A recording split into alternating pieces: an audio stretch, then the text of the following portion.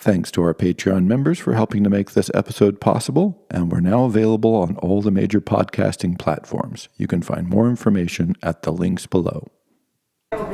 Yes, bring your own heat. Yes, thank you for coming on this cool evening. There's only one more to go, so if the weather holds, we'll be all right. So this is 16th part of the History of Philosophy in 16 questions, with one more question to go, part 17, next Tuesday, because it turns out there was an extra Tuesday in the summer, so that's good. Tonight, the question I want to look at is nihilism, question mark.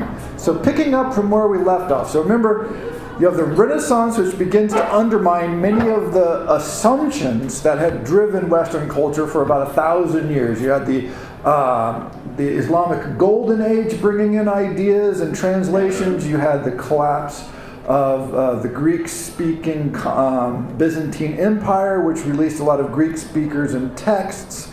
You had the arrival of the knowledge of the ancient world. You had the discovery and expansion of ideas in the existing world. So all these things came together, produced a Renaissance and the humanist tradition. And then that gets blown up, of course, in the Reformation and the 30 Years' War, and depending on how you want to score that as one or multiple events. And this leads in part to the development of empiricism, which then, as I talked about last time, becomes a scientific revolution. All of which has this tendency, as I mentioned with the scientific revolution, is it's undermining all the values that we had had up to that point, the notion of transcendent values. And no one is able to figure out, how do you stop that continuous undermining? How do you resist that or come up with an alternative to this? And that's been one thread, and that's what I talked about last time. You had Principia Mathematica by Russell and Whitehead as an attempt to found knowledge in mathematics, and other similar attempts, none of which have been wildly successful. And so some people have offered or argued that, well, either nihilism is the answer or nihilism is what we have. I mean, depending, but it's the same concept, is that, well, if you don't have anything that you can absolutely believe in, then you're stuck in this world of nihilism. And nihilism was given a huge push when you had the First World War. So in a way that's hard for us to imagine, a lot of the old world structure hung on from the Renaissance right up to the First World War, and it met the Enlightenment and the triumph of science, and there was this incredible optimism.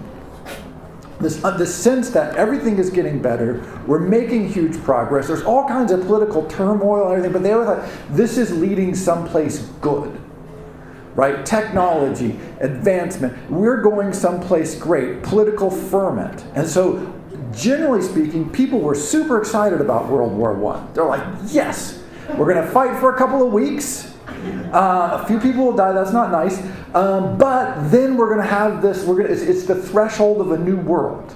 And that new world that's brought to us by technology and political revolution and new philosophies, Lockean or Humean, philosophies of political organization and material wealth, and the world is going to be great. And then just one of the most tragic bloodbaths in the history of the world, occurred, in which it was discovered that technology creates mustard gas and really large artillery shells and machine guns. And all of these are not life-enhancing developments. They take a little bit of the joy out of things. And so this unimaginable, really most of the central planners were planning for a war of 12 weeks. And as it went on day after day, week after week, month after month, and just the unimaginable number of casualties. So the casualties were so high that they wouldn't report them. So none of the governments were telling their people how many people were dying, because the governments were just like, if anybody finds out, we're done. Because it's just so many. Right? They're expecting casualties in the hundreds or thousands, not the tens of thousands or the hundreds of thousands. They just couldn't conceptualize. There's no planning for it, no idea that this was going to happen. In retrospect, it looks clear. And so one of the aftermaths of World War I, many aftermaths, was a complete destruction of this sort of Enlightenment sense of progress towards a more hopeful, beautiful, and wonderful future that was going to be delivered by technology, and all of a sudden, all the technologies that had looked so great, human flight, the dream of man for millennia, ends up being used to drop bombs and machine gun people. The train, this incredible technological revolution that moves people quickly across the landscape, was moved to massive amounts of troops to their death. Right, to deliver untold quantities of ammunition to dump on the other bad people. You know, every sort of revolution that was looked at as so hopeful and glorious was met with this sort of destructive side, this dark side. And so people were just shocked. I think to a degree it's hard for us to imagine, because they had such hope, such sense that they were in a golden age and that all this revolution and turmoil and progress was going to lead someplace magical, not someplace horrifying. And so nihilism had already been around as a concept, but it got this huge impulse. They said, right, if science is going to betray you, we know religion is crap, we know the governments are all terrible, the social organization leads no place, well, then embrace nihilism. And the idea here of nihilism, as I gave it handy definition, is the belief that all values are baseless, that nothing can be known or communicated. It is often associated with extreme pessimism and radical skepticism that contemns existence. A true nihilist would believe in nothing, have no loyalties, and no purpose, other than perhaps an impulse to destroy. And so radical skepticism, by the way, goes back to the Cynics in ancient Greece. You know, so that wasn't new. But somehow the few radical skeptics in ancient Greece tended to be quaint, and their friends humored them, and they thought it was hilarious. It's less interesting when it becomes sort of almost a political movement. And so there's this extreme sense of vacuum. There's a hole where we used to believe in things. Even empiricism, even the scientific revolution that had looked so great and had delivered so much, lost a lot of its luster, because clearly all this technology had led us someplace less than good. And so people tried to respond to this. How do you fill out? We don't want to believe in nothing. We don't want to be nihilists. And so what happened is, in this combat with nihilism, all of the many of the isms are born. It was sort of, how do you fight nihilism? With other isms. And so I just listed some of them that came into prominence at this time. One of them is structuralism. Structuralism never got a lot of play in the United States, very much a continental movement. In fact, it's the first structuralist conference in the United States, big conference, which brought over a lot of thinkers from Europe here, featured as one of its speakers Jacques Derrida, which is like having your first conference on Catholicism feature Martin Luther as a speaker, right? It was like, this is not, it wasn't a good introduction to the idea, it was a good introduction to the end of the idea, right? Because he's not for that system. But structuralism continentally was based on the idea that, so if we can't find the truth in the content of things, in what it says or what it is, in the book or in the object or in the institution, maybe we can look deeper. Maybe we can borrow structures from science, by the way, importantly. We'll borrow some systems from science, and we'll look for underpinning, culture-spanning ideas and structures, hence structuralism, that create the meaning of all of the objects and events in our world. So you don't worry so much about the objects and the events, you worry about the structures that produce the meaning that attaches to the objects and events. So the general definition here, again, easy definition. The term structuralism can be applied to any analysis that emphasizes structures and relations, but it usually designates a 20th century European, especially French, school of thought that applies the methods of structural linguistics to the study of social and cultural phenomena, starting from the insight that social and cultural phenomena are not physical objects and events, but objects and events with meaning, and that their signification must therefore be focus of analysis. Structuralists reject causal analysis and any attempt to explain social and cultural phenomena one by one. So that idea is like, we found out that truth doesn't reside in the book. So let's look at books as a cultural phenomenon. Not the content of books, but books themselves, right? You take this level. It's what science had been doing, right? You don't look at, each individual phenomenon.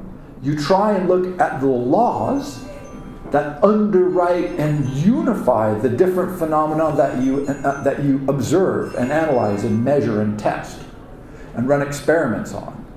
So when scientists do experiments, they aren't trying to find a conclusion to a specific question, although that's nice. They're trying to find a conclusion that highlights the relationships to broader things that you're studying. And so structuralists borrowed from linguistics, by the way. This is a big change. So linguistics used to be called philology. Philology just means love of languages. We love languages, and culture, and literature, and poetry, and that's great. And then it became linguistics because everybody wanted to be a science. And so they had to pretend like they didn't love language anymore. Now they have to study and be scientific. But really they just love languages. But that's the trick. Again, that empirical, the power of the empiricism really drove people to try to mimic, even when probably, linguistics is not really a science, let's be clear. But it's interesting, and it can be studied with great care. Literature is nice too. Love languages, philology, but we gave up on that. And so the patterns from linguistics, particularly French linguistic structures, was taken to apply to everything. What undergirds it? What are those laws that unify? So the truth doesn't reside in anything you can see or touch. It resides in the greater cultural and historical structures that inform them and create them and provide meaning for them. So that was an ism. To say, all the stuff we have been looking at that had truth, we don't believe in the king anymore, but we believe in the structure that creates the meaning of kingness.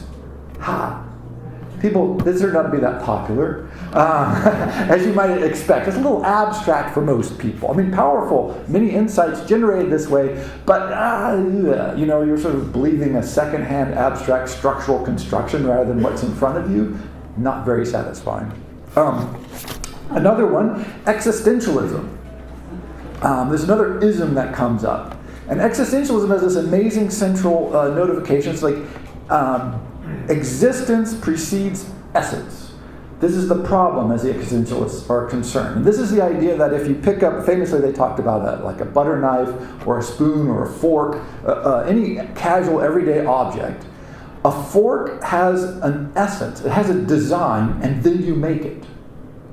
So its meaning exists before the fork does.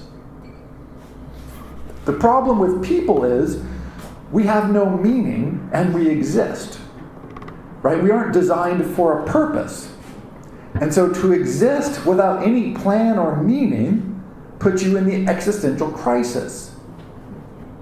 Now, notice this is crazy, historically speaking, because it used to be, for almost all of human history, that you knew why you existed. Your culture told you what the story and meaning of your existence was, and you said, yes, that's fine, I'll go with that. Because it's really painful and difficult to question it. It's only when you have the cultural sort of conflict and developments, like we've talked about over several hundred years, that people are so distrustful and unbelieving about their own narratives that notion that existence becomes a problem. The other thing that cultures have said is existing is its own explanation. Right? Existence is good. You exist, great. What's the problem? But they wanted to know the meaning of existence.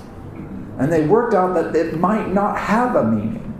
And so you have existence with no structure to tell you what it means. And what they meant by that is the nihilist problem. Every structure that you looked at had fallen into doubt and question. Catholic Church used to tell you, Hinduism will tell you, Lutheranism will tell you, the Sufis will tell you, all these narratives that cultures used to have, blown up. Distrusted. Nobody believes them anymore. Or they become much, much less believed. And like I said, that's why last time I mentioned this notion of having an interfaith meeting where everybody comes together to talk about the meanings of their... This is insane. This does not help people find meaning. It says, every meaning is fine. Right? We're all good. We'll just all chat about it as if there's no difference. So that which is actually a bit of nihilism in there, right there. There's a touch of nihilism in all these interfaith. It's all good and positive and warm, but it suggests that there's really nothing there. That we're all just sort of in agreement, even though of course they're not. But yeah, so it's a struggle, it's a challenge. And so this is the concept of existentialism. And the problem is the existential crisis was not a crisis for the preceding thousands of years of cultural history. And in many societies today, it's not a crisis. Because you know the answer to the purpose and meaning of existence. Your culture tells you, and you go, okay. It's really a peculiar situation that developed in the aftermath of a specific cultural and intellectual historical tradition. And then Marxism, another great one. You'll see this, so many Marxist quotes. The first premise of all human history is, of course, the existence of living human individuals. Thus, the first fact to be established is the physical organization of these individuals and their consequent relation to the rest of nature. Now, notice this takes elements of structuralism. What are the undergirding necessary features of everything? And science. Marx always claimed he was doing science. He was not doing philosophy, he was doing science. This is the necessary laws of history. Because if you could get the necessary laws of history worked out, then you could believe in them. This is like gravity, right? He's just saying the laws of history are like the laws of gravity. Disbelieving in gravity doesn't do anything for you. You just try to understand its meaning, you don't disbelieve it. And so this is what Marx is trying to communicate for good and ill, but that was the idea. The fundamental thing we should look at that undergirds everything is the physical relations of people to sustaining their existence.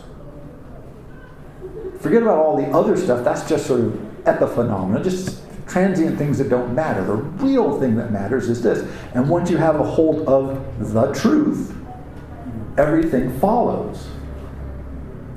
And so this is Burley, a brilliant historian, was at Oxford, I think he left now, a couple of books, but one of the things he points out is if you look at Soviet Russia and Nazi Germany, they have precisely the structure of traditional religious societies.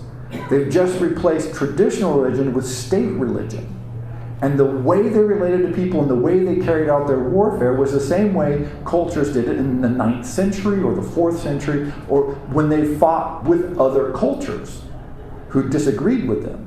That fundamentally, he says, they were secular religious wars between two opposing religions. And I think it's a very compelling argument and throws a lot of light on the fact that people wanted something to believe in. And so this filled this void that had been created. Again, this is what, if you read, I referred to Dostoevsky last time, this is what Dostoevsky keeps pointing out. If you take all of this meaning from people, what do you get? You get these sick, disabled, directionless, criminal, poisoned individuals. You have to believe in something. Nihilists said, no, you don't. You can believe in nothing, which is why I like this little thing, nihilism. There's nothing in there, and I believe in it, right? So it's the belief that you shouldn't believe in anything, right? Which is sort of a problem. You see the problem there? It's a tricky little problem. But that notion is this necessary? Is this all we're left with? And so after all these isms have rolled out, which, sort of the history of 20th century political, philosophical thought, and we're not out of this, by the way. We're not done. When people talk about, factfulness or fact-based ideas or fake news or all of these terms that you hear, what people are trying to say is, hey, we don't have a fundamental agreement on the nature of reality. This is a strange place for cultures to be. Historically, this happens. But it is, generally speaking, people agree about what they're arguing about. We're in this state where we don't agree on what we're arguing about, which makes it incredibly difficult to communicate with people on all kinds of different manners. And so even people who don't believe in nihilism are struggling in this sort of nihilistic environment.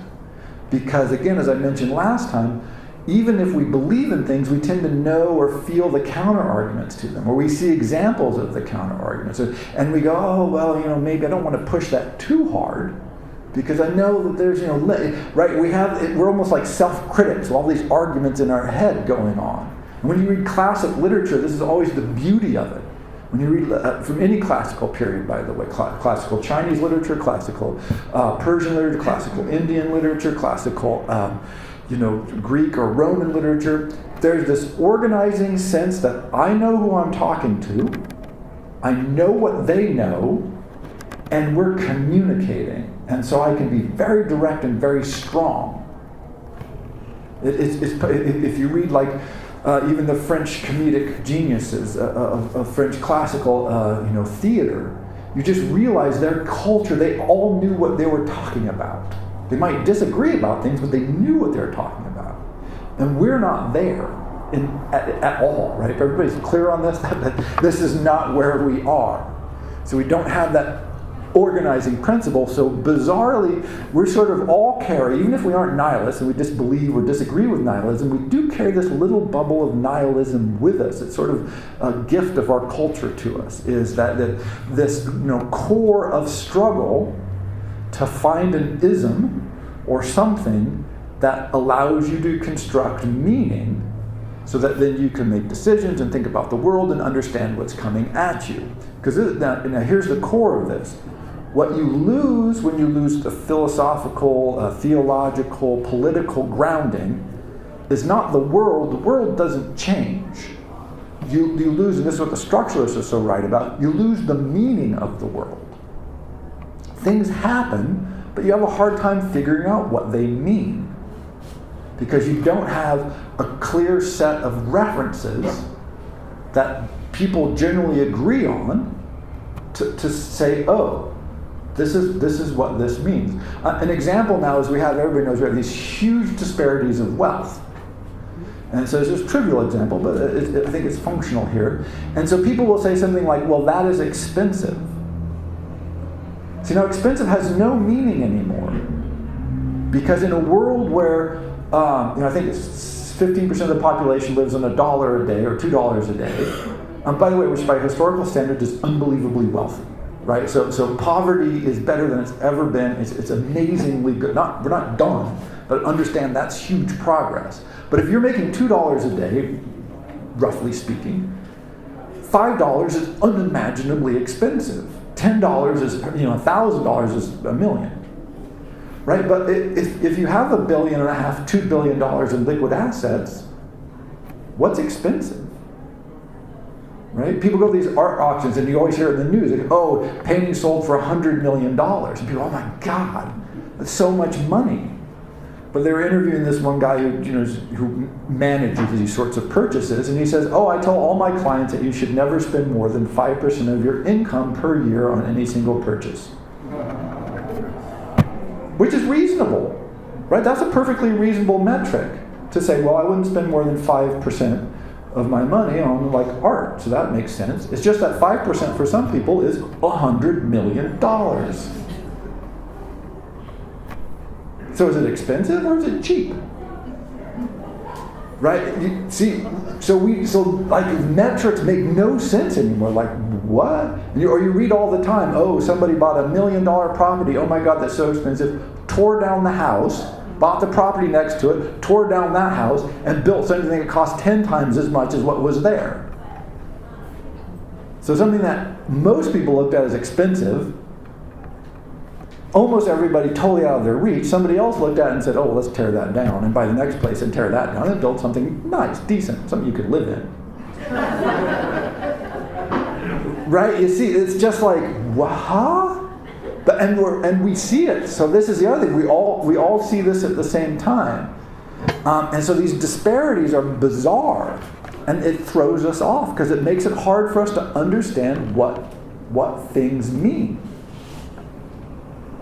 Final example on this is because money and price is so fascinating. If you want to buy a nice Ferrari, you have to apply. People always talk about how expensive Ferraris are. They aren't expensive. They're so cheap that they will not sell them to anybody. They have far more demand than they have production. So you have to apply to buy a Ferrari. Generally speaking, if you aren't famous for some reason that they like, they will not let you buy a Ferrari. They will allow you to buy a used Ferrari, and then you drive that for a while, and if they still like you, maybe they'll consider selling you a newer used Ferrari, and then eventually you'll work your way up to an actual new Ferrari. And so they go, oh, this is $1 million car or whatever, $700,000, $2 million. You know, how many people could be trying to buy it? Well, so many people that they actually create artificial scarcity and force you to apply to buy a multi-million-dollar vehicle. See how crazy that is? It's weird, right? That's like, how, what? And so at every level we run into these like staggering environments that we don't really know because we have no agreed on metric. And that's just value, you know, or in a world of 7+ billion people, we have a hard time getting our minds around anything related to the numbers involved in just people being alive, right? We go, oh, well, how much milk do people drink a day? The number is, you know, is billions of pounds of milk. It's astronomical number. We can't associate like 1 gallon of milk times 1 billion. No, I can't think that, right? It's just unthinkable. So even the day-to-day systems that we live in baffle us. Because again, we don't have any clear agreed on metric. And then when you get to more, you know, sort of cultural abstract things, was this a good movie? Is this politician valuable? Is that a reasonable law? Should people behave that way? Well, now it's just totally out the window. Because that stuff's, I mean, if we can't figure out what price should be of something, we have no chance. Right? Clearly, so many cultural values are under change and under tension. And again, now we have access to the whole world. So we don't have our cultural traditions, and we don't have the cultural traditions of people that live around us. We have the cultural traditions of everybody who's ever lived on the planet, which is both unbelievably great. It's one of the most wonderful things and totally disorienting. When I was talking to somebody, and she said that she thinks of it as like, before we were all on these isolated islands, and our cultures developed their biosystems and their flora and fauna in isolation, and then continental drift sort of crammed them all together. And so it's like, you know, all of a sudden, an island that never had predators gets tigers on it, right? And so all that cute little fuzzy bunnies are gone. So they're like, ooh, look, a tiger, right? And then, you know, so it's like all of these plants and animals and flora and fauna and insects are all suddenly finding themselves face to face, and weird stuff is happening because they've never been face to face before. It's hard to figure out precisely how to take this. I'm a big follower of Indian politics.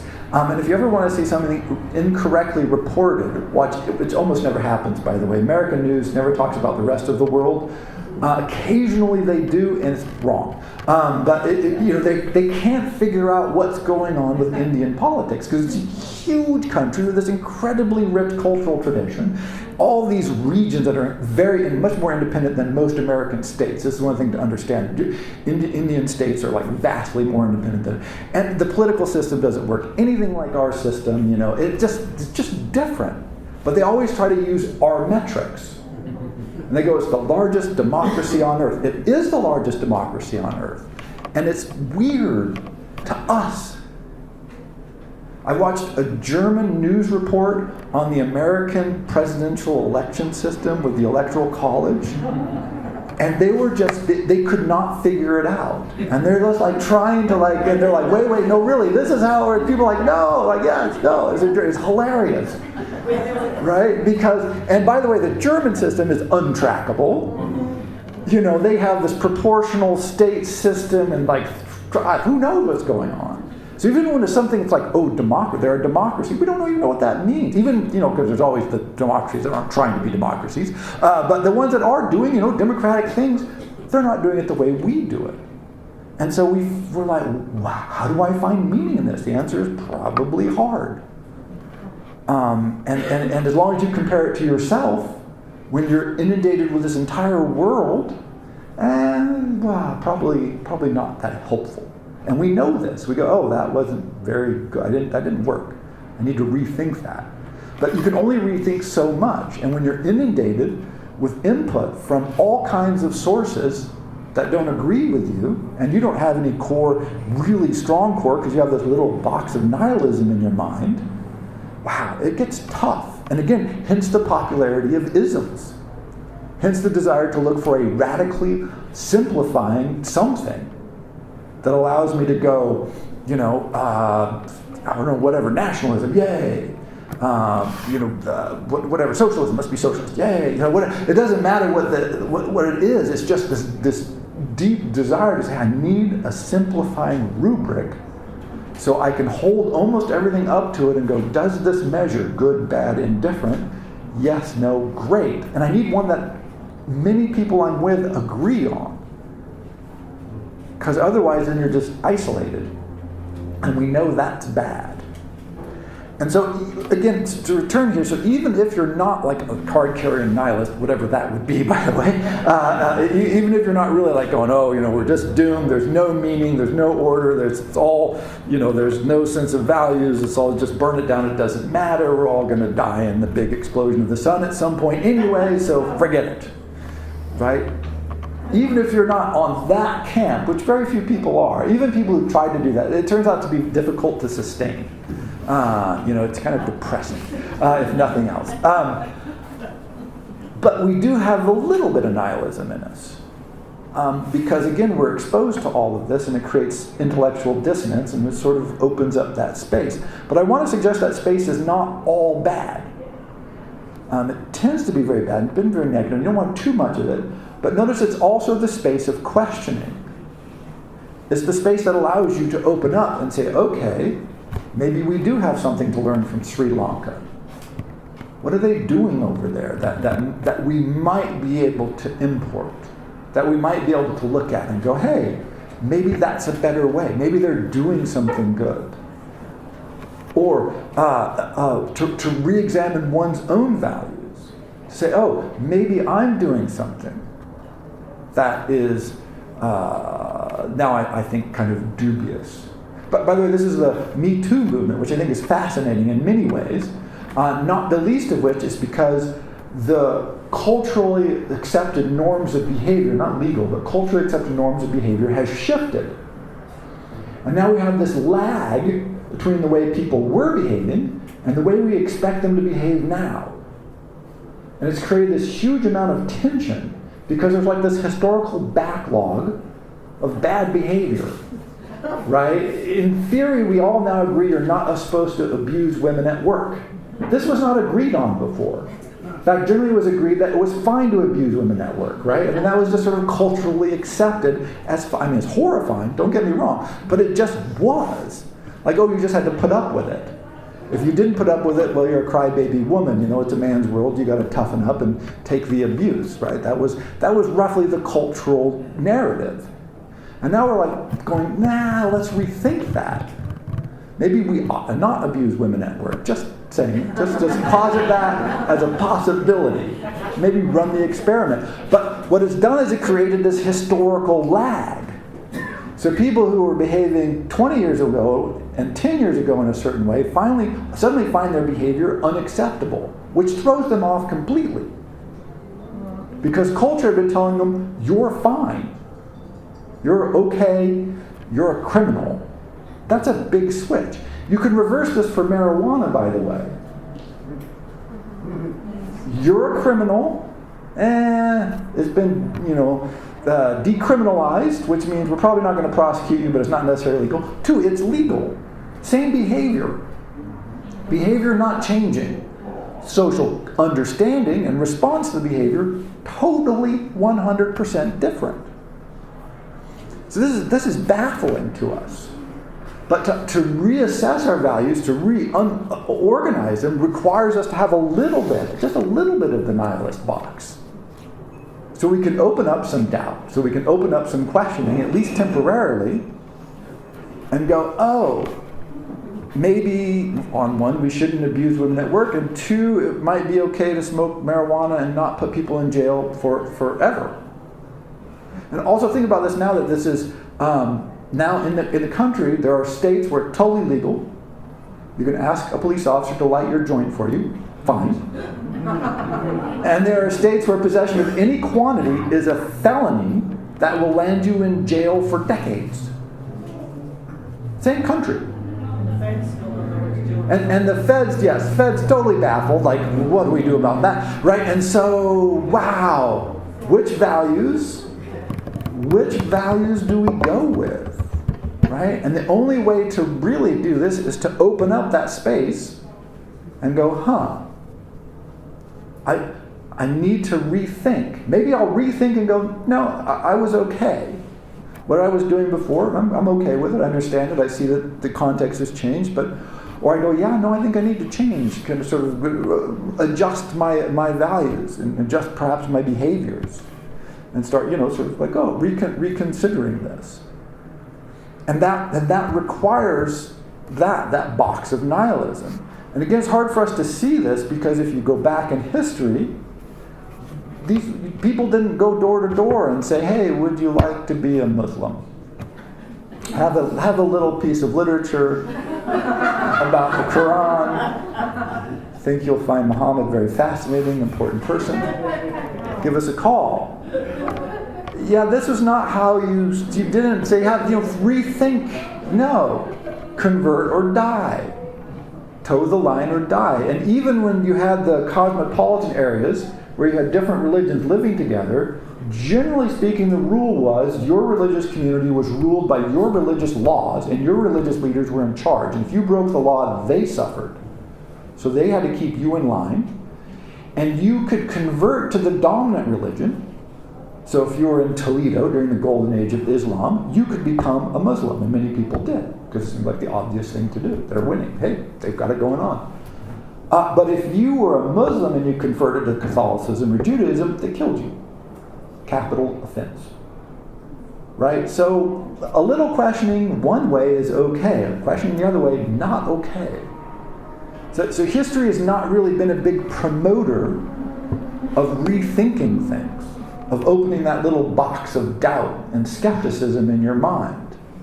Another thing we take for granted that we've lost track of is the freedom of movement.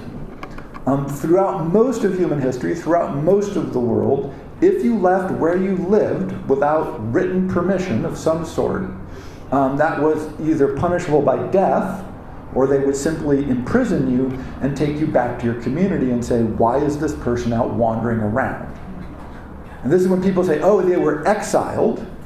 Generally, being exiled meant you were going to die. Because once you left the protection of whatever culture or society or area you were in, city, you were fair game. It was legal for criminals to assault you, kill you, and take your stuff. That was fine. Because you no longer had personhood because you've left your commune or your village or your city or whatever. That was pretty much standard. And so the sense of, I want to rethink where I live. No. You don't want to rethink where you live because that'll get you killed. Traveling was rare, bizarre even, dangerous, but you had to have special permission. Because if you didn't have the permission, you were basically potentially going to die. And so that even something as simple as that, you did not rethink, you did not ponder and go, do I want to live in the Pacific Northwest, sort of rainy in the winter, a little cold. I think I'd rather go someplace warm and sunny like Arizona. Imagine if you went to Arizona and you landed at the airport and now you're just totally free game. They could just kill you and take all your stuff. See, less people would go to Arizona. You wouldn't snowbird, right? That wouldn't be a thing. Because it'd just be, it's not going to be functional. So you wouldn't even think about it. You wouldn't open it up as a possibility in your mind. And so we're in this strange situation where on one hand, too much nihilism is clearly self-defeating and a problem. And there is this nihilistic strains that do crop up in various aspects that create all kinds of philosophical, intellectual, cultural difficulties. This is sort of the just burn everything to the ground concept and start over. This is a nihilistic concept. But too much certainty in a world in which we're inundated with so many possibilities is also a problem. Right? And we tend to want to answer nihilism with a solution. This is Dostoevsky's idea. Russian Orthodox Christianity, a crazy version of it. Dostoevsky's version of it, but nonetheless. Who wrote the sort of the great Kazantzakis, Nikos Kazantzakis, the brilliant Greek author. He was a Greek Orthodox Christian. Dostoevsky and Nikos Kazantzakis are basically brothers. I mean, they stem from this same, incredibly powerful embrace of this orthodox version of Christianity that gives the power to their writing that people find so attractive. But we also know that leads to crazy fundamentalism, which has its own problems, right? And so our real trick is not necessarily to try and find a truth, capital T, truth, but to try to find some way to maintain a little bit of nihilism in the midst of a world that's constantly bombarding us with more than we can deal with. It's a real, like I said, this is an actual truth. You probably felt this. I mean, if you haven't felt this, I would be surprised. You're like, I just don't know how to process all that. I don't know what all this means. This is too new, too different, too strange. Like I said, if you were born a while ago, say post-war, you lived through homosexuality is a criminal psychological derangement for which you could go to jail, and in any case it doesn't exist because no one ever mentioned it. Right? To gay marriage. That's unimaginable, like that's a vast cultural transition in the landscape. I mean, that's huge on so many different levels. And so on one hand, I'm never sure why anybody cares. On the other hand, I go, man, if you were raised that way, sure, that's like a titanic just overthrow of all kinds of fundamental things you probably believed about the world. It's a psychological dissonance. And again, just culturally, I'm trying to think of other examples. There's so many, just technology infiltrating everything. Right? Before, I mean, just technology just wasn't around all that much. Computers used to be in offices someplace. People did things on them, nobody knew what. And then the whole home computer became a thing. That was an idea. People thought that'll never catch on. IBM thought that, by the way. They were wrong. It cost them many billions of dollars and many years of lost revenue because they thought, well, no one's going to want these at home. Turns out people do want them at home. And now the computer industry is in trouble because people are like, computers, done with that. Now we have, video games and cell phones, and we have all this other technology. So much more fun. And then, pretty soon maybe that'll go out the window. Who knows? People are working on it. Let's replace it with something new. Meanwhile, we're still just regular human beings who were raised in one technological environment that just seems to change every 5 years. Nothing to do with us. We just have to adapt to it. I got in a new car the other day. My car is very old, runs-ish, and it doesn't have computer screens in it. And so I got in a car that had this huge computer screen. It freaked me out. I'm like, what the hell is that? You can't drive with a TV. That seems dangerous. And it was big. I mean, it wasn't little, it was big. I was like, what is going on? And they said, where have you been? I'm like, in a 1987 Toyota. That's where I've been. But that is just so things have changed since 1987, I can tell you this. Wow. So I guess I had no idea what any of this was, how it worked, why it was there. But it's there now. If you go and buy a car, I imagine you're stuck with this stuff. I mean, you can't say, I want something where I can roll down the windows manually and has no computer screens. Is that probably not an option anymore? Right? And then pretty soon they'll have self-driving cars. They're coming that you can take out on the roads and all that, and then that'll be a revolution. When your cars drive themselves, probably a good idea, because hopefully the computers will crash less than the humans. But we'll see. Who knows? But again, no one's asking you. They're not taking a poll. How many of you would like self-driving cars? They're just going to develop them, and if people buy them, there you go.